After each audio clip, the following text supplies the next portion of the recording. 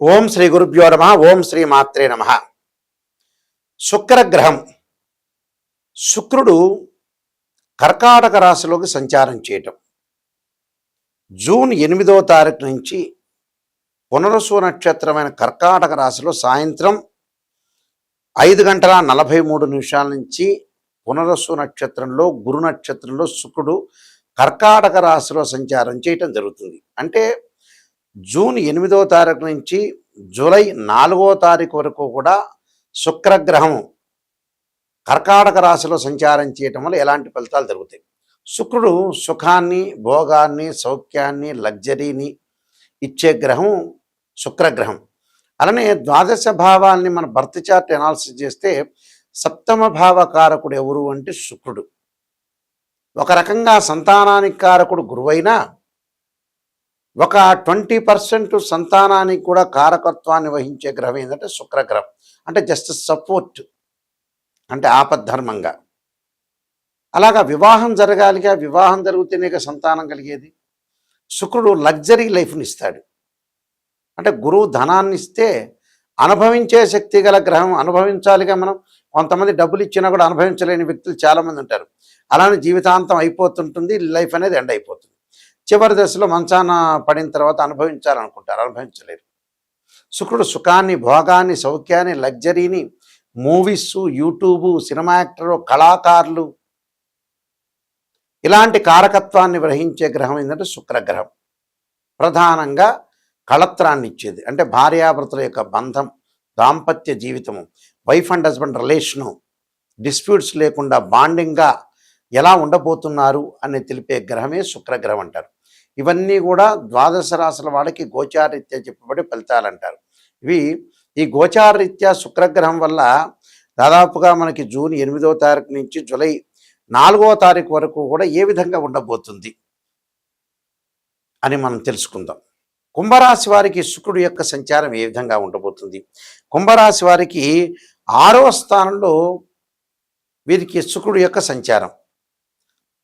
ఇక్కడ మిత్రులు శత్రులుగా మారిపోవటం ఒకటి, ఆరోగ్యపరంగా ఇబ్బందులు కలగకుండా చూసుకోవాలి, అందరితో విరోధ భావాలు కలగటం, శత్రు వృద్ధి, దాయాదులతోటి ఆస్తి పంపకాలలో గొడవలు, ప్రతివాదనలు, భార్యాబిడ్డల మూలకంగా కూడా వ్యయ ప్రయాసలు, తలచిన ప్రతి పని కూడా ఆలస్యం కావటం. అంటే వైఫ్ అండ్ హస్బెండ్ రిలేషన్లో డిస్ప్యూట్స్ వస్తుంటాయి.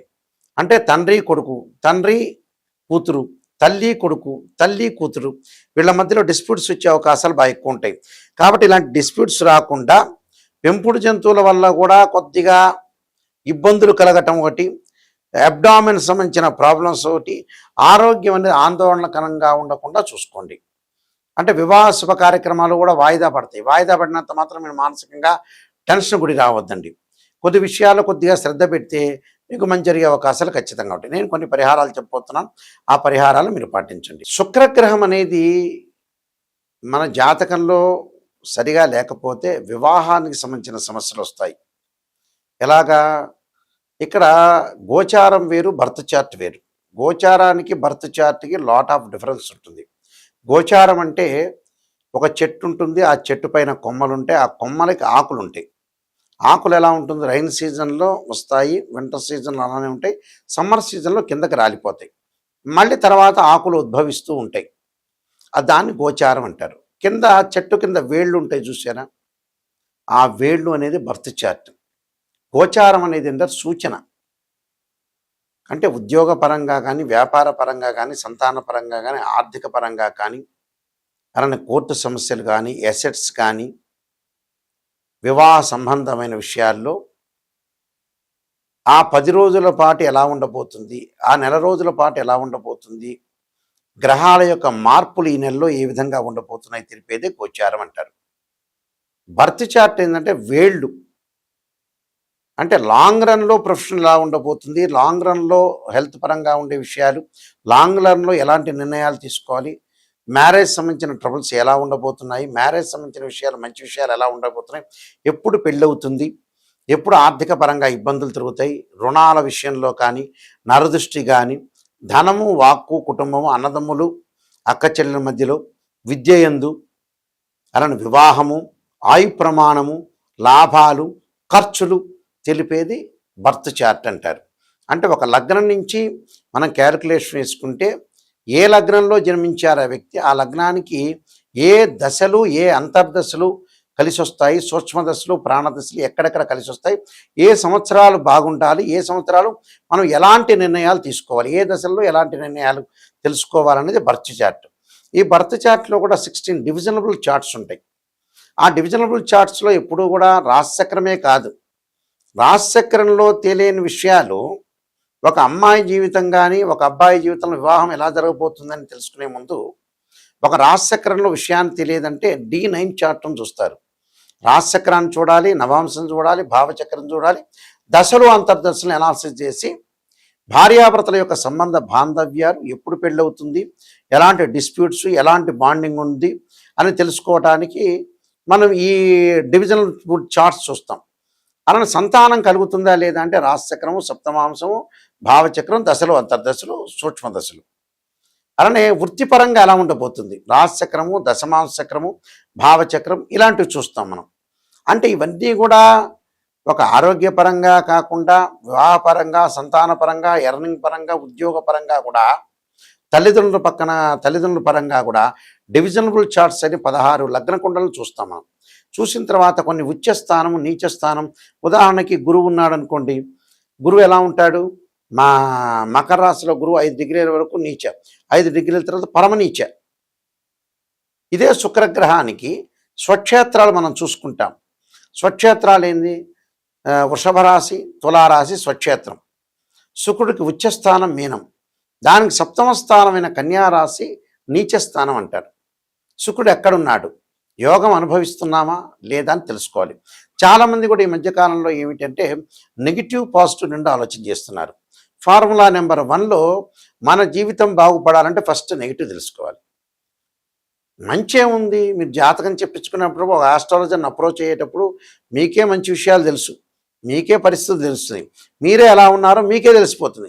కానీ నెగిటివ్ తెలుసుకుంటే ఏంటంటే ఫ్యూచర్లో మనం రాబోయే విషయాలు నియంత్రణ చేయొచ్చు, ఎలా దాన్ని ఓవర్కమ్ చేయగలుగుతాం, ఎలాగ మన సందిగ్ధ పరిస్థితుల నుంచి మనం ఎలా ముందుకు వెళ్ళగలుగుతాం, అంటే మనకు ఎలాంటి పరిస్థితులు రాబోతున్నాయి, నిజాన్ని తెలుసుకోవాలి. సత్యం అనేది చాలా ఇంపార్టెంట్. అసత్య ధోరణిలో ఉన్నారనుకోండి, మీరు మోసం చేసుకున్నట్టే. ఎందుకంటే చెబుతున్నా అంటే కొంతమంది ఆస్ట్రాలజర్ని అప్రోచ్ అయ్యేటప్పుడు గురువుగారు బాగా చెప్పండి అంటే పాజిటివ్ వాళ్ళకి ఎక్కువ ఇంట్రెస్ట్, నెగిటివ్ ఇంట్రెస్ట్ ఉండదు. అసలు మనం సర్వనాశనం కావడానికి కారణమే పాజిటివ్నే. ఎంతవరకు పాజిటివ్ చూడాలి అంతవరకే చూడాలి, కానీ ఆ నెగిటివ్ని పక్కన పెట్టి అచ్చం పాజిటివ్ అంటే పక్కనోడే పొగుడుతాడు మిమ్మల్ని. ఆస్ట్రాలజర్ వరకు అవసరం లేదు, పక్కన వ్యక్తికి 100 రూపాయలు 200 ఇస్తే పొగడండి అయ్యా అంటే ఓ ముఖ్యమంత్రి తర్వాత మీరే ముఖ్యమంత్రి తర్వాత పొగుడతారు. పొగట్టం వల్ల లాభం ఏంది, మీ జీవితాన్ని మీరే మోసం చేసుకున్నారు, మీ లైఫ్ని మీరే చీటింగ్ చేసుకున్నట్టు అర్థం. అంటే లైఫ్ చీటింగ్. ఫార్ములా నెంబర్ 2 ఇది. ఫార్ములా నెంబర్ 3 ఏంటి, 1, 3 ఏంటి, నెగిటివ్ని పాజిటివ్ చేసుకోవటం, నిజాన్ని తెలుసుకోవటం, నిజాన్ని తెలుసుకొని దాన్ని ఓవర్కమ్ చేయటం అనేది ఫార్ములా నెంబర్ 3 ఇది. అంటే నిజాన్ని తెలుసుకుంటే మన జీవితం అనేది ఖచ్చితంగా మంచి లైఫ్ వస్తుంది. దీనిలో మ్యాథమెటికల్ క్యాలిక్యులేషన్ ఇంపార్టెంట్.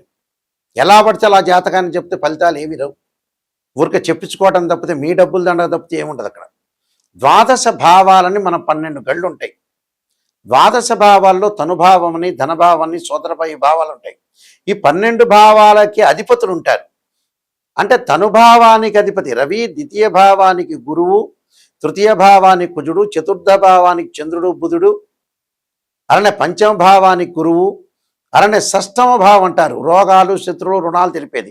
పంచమ భావం సంతానం, తృతీయ భావం సోదర భావం, పంచమ భావానికి గురువు అధిపతి, అలానే షష్టమ భావానికి శని కుజులు అంటే రోగాలు, శత్రువులు, రుణాలు. సప్తమ భావం అంటే వివాహం, కళత్రకారకుడు శుక్రుడు అని అర్థం ఆ భావానికి. అష్టమ భావం ఆయుష్ భావం, శని ఎలా ఉన్నాడు. అలానే భాగ్యస్థానం అంటారు, భాగ్యభావం అంటారు. అంటే భాగ్యస్థానం ఎలా ఉండబోతుంది అంటే భాగ్యస్థానంలో గురువు అంటే రవి గురువును చూడాలి. అలానే దశమ భావం రవి బుధ, అలానే గురువు శనులు. లాభస్థానం గురువు, వ్యయస్థానం శని. అంటే ఈ భావాలన్నీ కూడా మనం అనాలిసిస్ చేయాలి. భావాధిపతులు అంటే ఏంటంటే ఇంటి ఓనర్స్. అలా రాస్యాధిపతి వేరు, భావాధిపతి వేరు. రాస్యాధిపతి అంటే ఏమిటి? మీరు ఒకళ్ళు మేషలగ్నంలో జన్మించారు. మేషలగ్నంలో జన్మించేస్తే ఆ మేషలగ్నంలో జన్మించారంటే వాళ్ళకి ఆ లగ్నం అంటే తనుభావం. ఆ భావానికి అధిపతి రవి. మేషలగ్నానికి అధిపతి ఎవరు? రాస్యాధిపతి కుజుడు. అంటే కుజుడు ఎవరంటే బిల్డరు. తనుభావాధిపతి ఎవరు అని అంటే మన రవి. రవి అంటే ఏంటంటే ఆ ఇంటి ఓనరు. రాస్యాధిపతి అంటే బిల్డర్. అంటే బిల్డర్ ఇక్కడ ఇంటి ఓనర్ ఎవరు? రవి. ఆ బిల్డింగ్ కట్టేవాడు ఎవరు? కుజుడు. దానిలో ఏదైనా బుధగ్రహం ఉందనుకోండి టెనెంట్ అని అర్థం. అలాగ భావాధిపతుల్ని అనాలిసిస్ చెయ్యాలి, డివిజనబుల్ చార్ట్ చూడాలి, మ్యాథమెటికల్ క్యాల్కులేషన్ వేయాలి, నిజం తెలుసుకోవాలి. అప్పుడు మనం పర్ఫెక్ట్ ఆస్ట్రాలజీ పరంగా మనం తెలుసుకున్న వాళ్ళం అవుతాం. నేను కొన్ని ఆస్ట్రాలజీ సంబంధించిన బుక్స్ రాశాను. మేము వంశపారంపర్యంగా చెప్పేస్తాము. అలానే మా నాన్నగారు కూడా శ్రీశైల దేవస్థానంలో ప్రధాన పురోహితుడిగా పనిచేశారు. ఆయన కూడా ఇంటర్నేషనల్ ఆస్ట్రాలజీ మెంబర్ ఆయన. అయితే మేము వంశపారంపర్యంగా చెప్పే వ్యక్తులం. అయితే ఇక్కడ నేను నెంబర్ ఆఫ్ ఆస్ట్రాలజీ బుక్స్ రాశాను. అందులో కాలసర్పయోగం అని, రాహుకేతులు, ఛాయాగ్రహాలు, అలానే కాలసర్పయోగ చంద్రిక, అలానే జాతక చంద్రిక, వివాహ మార్తాండము, సర్వదేవతా గోత్రులు పార్ట్ 1, పార్ట్ 2, పుత్రగణపతి వ్రతము, స్వప్నశాస్త్ర ఫలదీపిక, బృహత్ పరిహార సింధు, నవగ్రహ దోషాలు పోవటానికి దశమహావిద్యల యొక్క స్తోత్ర పారణాలు, ప్రొడక్షన్ ఆఫ్ ఆస్ట్రాలజీ, ఇన్ని రకరకాల పుస్తకాలు అనేవి నేను రాశాను. ఈ పుస్తకాలు కూడా, ఈ బుక్స్ కూడా రాజమండ్రిలో ఉన్న మోహన్ పబ్లికేషన్ వారి దగ్గర దొరుకుతాయి. ఈ పుస్తకాలు మా దగ్గర కూడా దొరుకుతాయి. మా వెబ్సైట్ www.nayakanti.com, nayakanti.in చూడండి. ఎప్పుడైనా సరే నిజాన్ని తెలుసుకునే వాళ్ళు, నాయకంటి మల్లికార్జున శర్మ గారి దగ్గర బాగుపడతాననుకునే వ్యక్తులు మాత్రమే నాకు ఫోన్ చేయండి. నేను బాగుపడాలి, ఖచ్చితంగా డెవలప్మెంట్ చెందాలి అనే వ్యక్తులు మాత్రమే నాకు ఫోన్ చేయండి. కాలక్షేపానికి, టైంపాస్కి మీ డబ్బులు ఖర్చు పెట్టద్దండి, నాకు ఫోన్ చేయొద్దండి.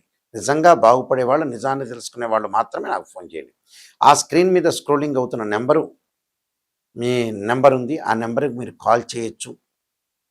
కాల్ చేసి నిజాన్ని తెలుసుకొని ముందుకు వెళ్తే మీకు మంచి జరిగే అవకాశాలు ఖచ్చితంగా ఉంటాయి.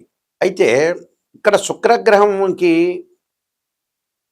ఖచ్చితంగా ఒక పరిహారం అనేది ఉంటుంది. శుక్రగ్రహం అనేది మన జన్మజాతకంలో బాగా లేకపోతే బర్త్ చార్ట్లో 6, 8, 12 స్థానాల్లో శుక్రదోషం అంటారు. అంటే వివాహపరంగా కొన్ని ఇబ్బందులు కలిగే సూచనలు, డిస్ప్యూట్స్, బాండింగ్ రావటం. శుక్రగ్రహం వాళ్ళ జన్మలగ్నం నుంచి 6, 8, 12 స్థానాల్లో శుక్రదోషం ఉండకూడదు. అలానే శుక్రుడు రాహువుతో కానీ, కేతువుతో కానీ, కుజుడితో కానీ, శనితో కానీ కంజంక్షన్ కాకూడదు. శుక్రుడు ఆరుద్ర, స్వాతి, శతభిష నక్షత్రము, అశ్విని, మఖ, మూల, అలానే మృగశిర, చిత్త, ధనిష్ట నక్షత్రాల్లో, పుష్యమి, అనురాధ, ఉత్తరాభాద్ర నక్షత్రంలో ఉండకూడదు. కళత్రకారకుడు, వివాహకారకుడు శుక్రుడు. ఇక్కడ శుక్రుడు 6, 8, 12 స్థానాల్లో ఉండకూడదు. ఉంటే వివాహపరంగా దోషం అనేది కలుగుతుంది. భార్యాభర్తల మధ్యలో సఖ్యత లేకపోవటం, బాండింగ్ లేకపోవటం, ఎప్పుడూ ఏదో అభిప్రాయం మీద అరుచుకోవటం, విడిపోయే అవకాశాలు ఉండటం, ఇవన్నీ కూడా ఏంటంటే కళత్రకారకుడు శుక్రుడు అంటాం. అంటే వివాహానికి సంబంధించిన విషయాల్లో తెలిపే ప్లానెట్ ఏమిటి, మ్యారేజ్ లైఫ్ని ఇండికేషన్ చేసే ప్లానెట్ ఏంది, రిప్రజెంటివ్ చేసే ప్లానెట్ ఏంటంటే వీనస్ ప్లానెట్. అంటే వివాహపరంగా మానసికంగా ఇబ్బందులు పడకుండా ఎలాంటి సంబంధాలు రాబోతున్నాయి, ఎలాంటి నిర్ణయాలు తీసుకోవాలి, ఒక అమ్మాయికి వివాహం చేసినప్పుడు అత్తగారు ఎలాంటిది, అబ్బాయి ఎలాంటి వాళ్ళు, వాళ్ళ ఫ్యామిలీ బ్యాక్గ్రౌండ్ ఏంటి అనేవి ఖచ్చితంగా. ఎందుకంటే శుక్రగ్రహం అనేది చాలా మోస్ట్ ఇంపార్టెంట్, వివాహానికి సంబంధించిన గ్రహం కాబట్టి లాంగ్ రన్లో వాళ్ళు వైఫ్ అండ్ హస్బెండ్ రిలేషన్ అనేది చాలా లాంగ్ రన్లో ఉండాలి. కాబట్టి శుక్రగ్రహాన్ని ప్రత్యేకంగా మనం చూడాలి. ఆ శుక్రుడు అనేవాడు ఎలా ఉండబోతున్నాడు, అమ్మాయికి కానీ అబ్బాయికి కానీ. ఇప్పుడు అబ్బాయికైనా కూడా అమ్మాయి యొక్క క్యారెక్టర్ ఏంది, వాళ్ళ ఫ్యామిలీ బ్యాక్గ్రౌండ్ ఏంది, అసలు ఎంతకాలం మనం కాపురం చేయగలుగుతాం, ఏదైనా విభేదాలు వస్తాయా, డిఫరెన్స్ ఆఫ్ ఒపీనియన్స్ వస్తాయా అనేది శుక్రగ్రహం తెలుస్తుంది. కాబట్టి శుక్రుడికి సంబంధించిన విషయాలు చాలా జాగ్రత్తగా జాతకాన్ని బట్టి మనం చూసుకోవాలి, బర్త్ చార్ట్ని బట్టి. అలానే శుక్రుడి గ్రహానికి రెమెడీ కూడా ఉంది. శుక్రుడికి అంతరిక్ష దేవత అయిన కమలాదేవి యొక్క స్తోత్రం పారాయణం చేయటం, వివాహం కాని స్త్రీ పురుషులు ఎవరైతే ఉంటారో అబ్బాయిలకు వచ్చేటప్పటికల్లా కన్యాపాశుపతాశ్రుతాభిషేకం, అమ్మాయిలకు వచ్చే వరపాశుపతాశ్రుతాభిషేకం, అఘోర గౌరీ పాశుపతాశ్రుతాభిషేకం చేయాలి. ఇవన్నీ కూడా 10 శివలింగాలతో అభిషేకం అనేది ఒకటి ఉంటుంది. పాదర శివలింగం అని, సన్స్టోన్ శివలింగం అని, మరకత శివలింగం అని, పంచలోహాలతో చేసే శివలింగాలు, ఇలాంటి వాటితోని అభిషేకం అనేది చేయాలి. ఈ శుక్రదోషానికి కూడా ముందుగా ఏదైతే మనం పూజ చేసి 35 నిమిషాల సంకల్పం అనేది ఉంటుంది. ఎలా పడితే అలా చేస్తే పూజలు ఫలించవు, విరక్తి భావం కూడా కలిగే అవకాశం ఉంటుంది. ఎందుకంటే చాలామంది కూడా పెట్టుబడులు పెట్టి రకరకాల ఆస్ట్రాలజర్ తెలియని వ్యక్తులతో సంప్రదించి వాళ్ళేదో చెప్పి ఏదో రకంగా పూజలు చేసి ఎక్కడో సామూహికంగా పూజలు చేయటం వల్ల చాలాసార్లు పూజలు ఖర్చు పెట్టి అసలు వాళ్ళు దొరికేటప్పటికల్లా వీళ్ళు పూజలు చేయలేక విరక్తి భావం కలిగి డబ్బులు లేకుండా నీరసించిపోయే అవకాశాలు ఖచ్చితంగా ఉంటాయి. కాబట్టి ఇలాంటి విషయాలన్నీ కూడా చాలా జాగ్రత్తగా వినండి. మీ అందరికీ కూడా శ్రీ పరమేశ్వరుడి యొక్క కరుణాకటాక్షం ఉండాలని ఆశిస్తూ సర్వే జనా సుఖినో భవంతు.